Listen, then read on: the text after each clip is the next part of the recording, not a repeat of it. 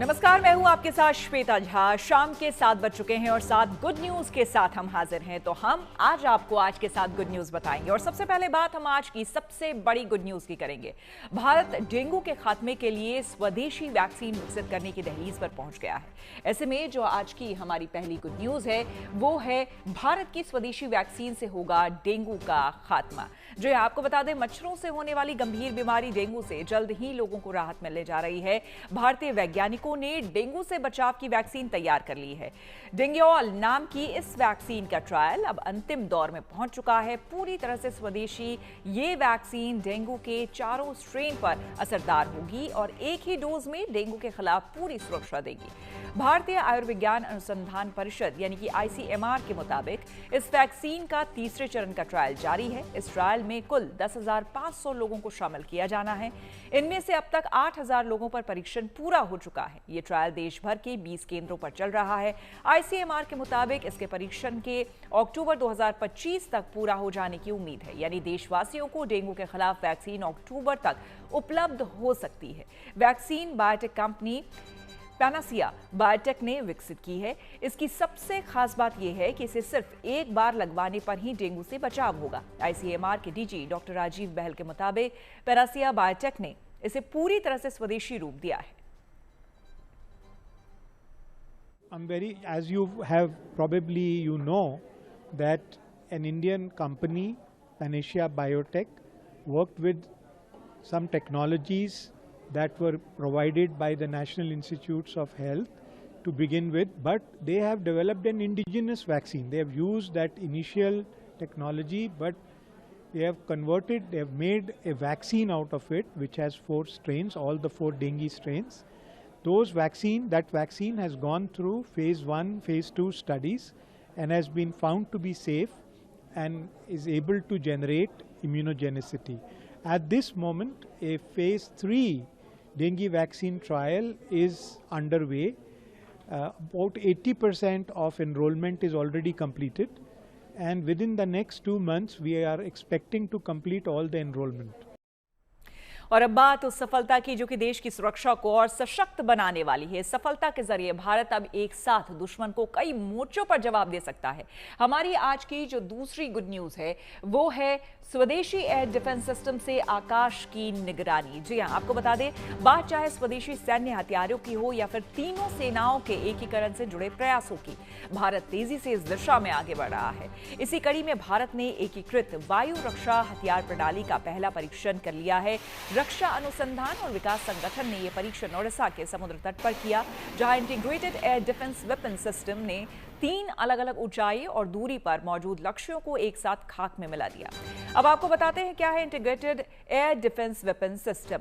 IADWS यानी कि integrated air defence weapon system एक बहुस्तरीय वायु रक्षा प्रणाली है जो पूरी तरह स्वदेशी तकनीकों के साथ विकसित की गई है। ये प्रणाली 3 प्रमुख हथियारों को एकीकृत करती है, जिसमें पहला है quick reaction surface to air missile, जो तेजी से प्रतिक्रिया देने वाली कम दूरी की मिसाइल प्रणाली है। ये 3 से 30 किलोमीटर तक दुश्मन के हमलों को नष्ट करती है। Integrated air defence weapon system की दूसरी प्रणाली है बेहद कम दूरी की वायु रक्षा प्रणाली। चौथी पीढ़ी का ये man portable air defence system 300 metre से लेकर 6 किलोमीटर की रेंज से हमलों को नष्ट करता है। इंटीग्रेटेड सिस्टम की तीसरी प्रणाली है लेजर आधारित high power directed energy weapon. ये एक अत्याधुनिक लेजर हथियार है जो कि 3 किलोमीटर तक के ड्रोन और दूसरे हवाई हमलों को नष्ट कर सकता है। Integrated air defence weapon system का सफल परीक्षण रक्षा तकनीक और रक्षा क्षेत्र में आत्मनिर्भरता के मोर्चे पर देश के लिए मील का पत्थर माना जा रहा है। इस रक्षा प्रणाली का विकास देश के महत्वपूर्ण ठिकानों को हवाई हमलों से बचाने के लिए किया गया है। ये प्रणाली मिशन सुदर्शन चक्र की ओर मजबूत कदम है जो आने वाले समय में देश को अजेय रक्षा कवच मुहैया कराएगा। ये सफलता इसलिए भी बड़ी है कि इसे पूरी तरह से स्वदेशी तकनीक से विकसित किया गया है। इस सफलता ने भारत को दुनिया के कुछ चुनिंदा देशों की सूची में ला दिया है जिसके पास ऐसी तकनीक मौजूद है। ऑपरेशन सिंदूर के दौरान देश और दुनिया ने भारत की सेनाओं के एयर डिफेंस की ताकत को देखा और उसके बाद प्रधानमंत्री नरेंद्र मोदी ने लाल किले की प्राचीर से भी सेनाओं के एयर डिफेंस को मजबूत बनाने और आने वाली चुनौतियों से निपटने की बात कही। उसी दिशा में DRDO ने लॉन्ग रेंज, शॉर्ट रेंज और लेजर तकनीक को साझा करते हुए एक नए सिस्टम को टेस्ट किया, जो आने वाले दिनों में एयर डिफेंस के मोर्चे पर तीनों सेनाओं की ताकत को बढ़ाने का काम करेगा। इस वक्त बात करें जब पूरे देश और दुनिया में युद्ध के हालात हैं और सबसे ज़्यादा जो हमले हैं वो एयर डिफेंस के मोर्चे पर हैं, चाहे ड्रोन की बात की जाए, मिसाइल की बात की जाए। ऐसे में एयर डिफेंस के मामले में देश को कारगर और अपनी तकनीक विकसित करने की सबसे ज़्यादा ज़रूरत है। अंतरिक्ष की सफलतापूर्वक यात्रा पूरी करके लखनऊ लौटे ग्रुप कैप्टन शुभांशु शुक्ला का आज भव्य स्वागत किया गया। शुभांशु के स्वागत के लिए एयरपोर्ट पर आज बड़ी संख्या में लोग पहुंचे और उनका जोरदार स्वागत किया गया। ऐसे में हमारी जो चौथी गुड न्यूज है वो है नवाबों की नगरी में नायक शुभांशु का स्वागत बिल्कुल इसी अंदाज में हुआ। लखनऊ में शुभांशु शुक्ला का स्वागत ढोल नगाड़ों और फूलों की बारिश के बीच हुआ। आप भी देखिए।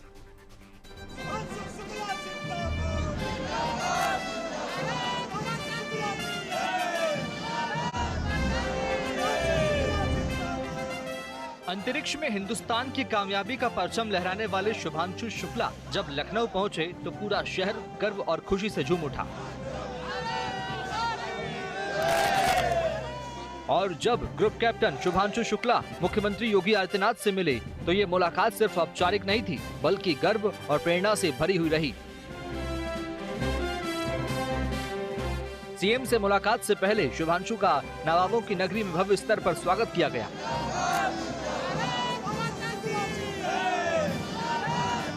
लखनऊ के बेटे शुभांशु जब अपने शहर पहुंचे तो उनका स्वागत फूलों, जयकारों और तालियों की गड़गड़ाहट से किया गया।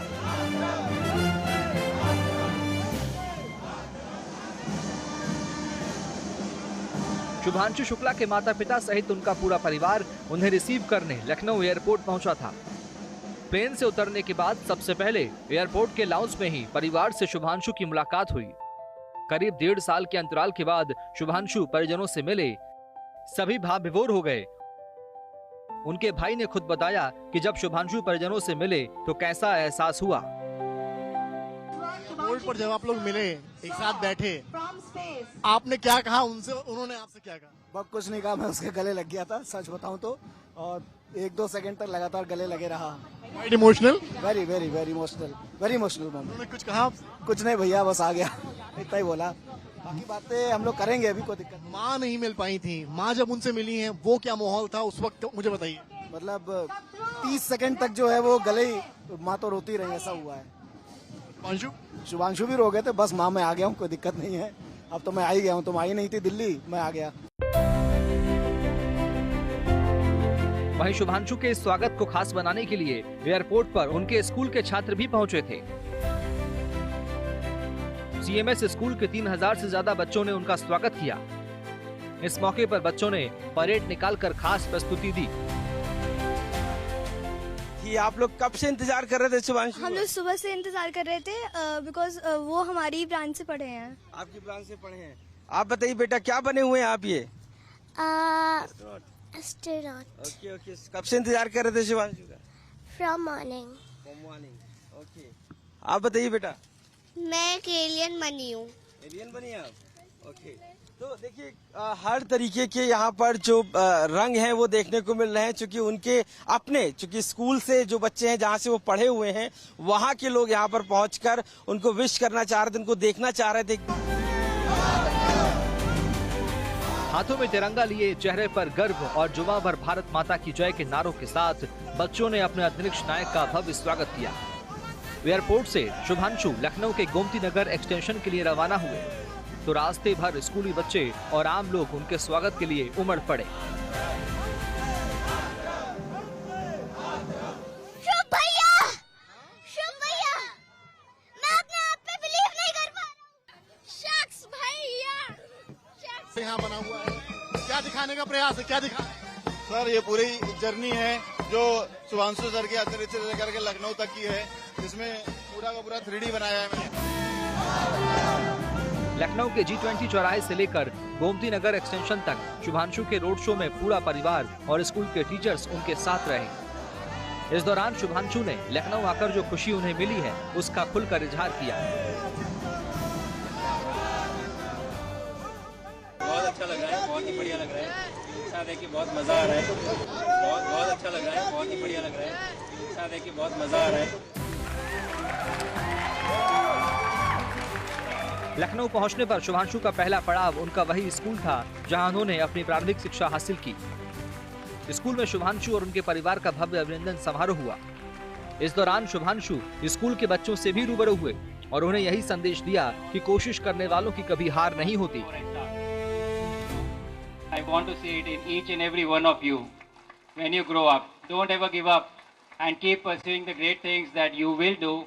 अपने परिवार वालों और दोस्तों से मिलना, ये सब शुभांशु के लिए भले ही अतीत की यादों में लौट जाने जैसा है, लेकिन शुभांशु के शहर के लोगों के लिए ये उनसे प्रेरणा लेने का समय है। लखनऊ से समर्थ श्रीवास्तव और आशीष श्रीवास्तव के साथ bureau report, good news today. और अब बात गणेश उत्सव की। देश भर के बाजार रंग बिरंगे गणपति की मूर्तियों से सजे हुए हैं। चाहे महाराष्ट्र की गलियां हों, गुजरात के चौक चौराहे, दिल्ली के बाजार या फिर दक्षिण भारत के मंदिरों के आसपास की दुकानें, हर जगह गणपति बप्पा की धूम दिखाई दे रही है। और इस बार इको फ्रेंडली गणपति की मांग सबसे ज्यादा है। शाडू मिट्टी, गोबर, पेपर और प्राकृतिक रंगों से बनी मूर्तियों से बाजार गुलजार है। ऐसे में जो हमारी छठी गुड न्यूज है वो है इको फ्रेंडली गणपति से पर्यावरण संरक्षण का संदेश। जी हाँ, आपको बता दें, यानी आस्था और पर्यावरण का संगम सच में गणपति उत्सव को और भी खास बनाने वाला है। इको फ्रेंडली गणपति आज सिर्फ एक परंपरा नहीं बल्कि पर्यावरण संरक्षण की जन चेतना बन चुकी है। पर्यावरण की चिंता और प्रकृति की सुरक्षा का संकल्प। इस बार गणपति बप्पा की मूर्ति को आकार देने वाले ज्यादातर कलाकारों का पूरा जोर इको फ्रेंडली प्रतिमाओं को बनाने पर है। अमरावती से लेकर झांसी तक बाजारों में बेहद खूबसूरत इको फ्रेंडली गणपति बप्पा की प्रतिमा देखने के लिए मिल रही है। ये झांसी की तान्या बंसल हैं, जो 50 महिलाओं के एक समूह के साथ बप्पा की इको फ्रेंडली प्रतिमा को बना रही हैं। इन महिलाओं ने गाय के गोबर, दूध, दही, घी और गोमूत्र का इस्तेमाल करके पूरी तरह से इको फ्रेंडली मूर्तियों का निर्माण किया है। जो हमारे दिया है, धूपबत्ती है, गणेश सब हमारे पंचगव्य के बने हुए हैं। पंचगव्य मतलब 5 तत्व गाय से, तो वो 5 तत्व हुए। एक तो गोबर, गौमूत्र, दूध, दही और घी। तो ये हमारा मेजर कंपोनेंट्स रहते हैं उसके। जैसा आप विसर्जन करेंगे, देखो सब तो नदी की तरफ जा नहीं सकते हैं। आप अपने घर पे जैसे अपने पानी में डाल दीजिए, तो आपको एक तो वो पूरा जो लिक्विड करके बन जाएगा, तो आप उसे फर्टिलाइजर की तरह भी यूज कर सकते हैं अपने नॉर्मल घर के प्लांट्स के लिए, और आपको पूरा डिकम्पोज हो जाएगा। तो उसमें आपके लिए आसानी रहेगी और इको फ्रेंडली भी रहेगा साथ में। इन मूर्तियों की खासियत ये है कि विसर्जन के समय ये मूर्तियां पानी में तुरंत घुल जाएंगी। साथ ही इन मूर्तियों का विसर्जन घर में भी पानी में कर सकते हैं और बचे हुए पानी को पेड़ पौधों में खाद के लिए उपयोग में ला सकते हैं।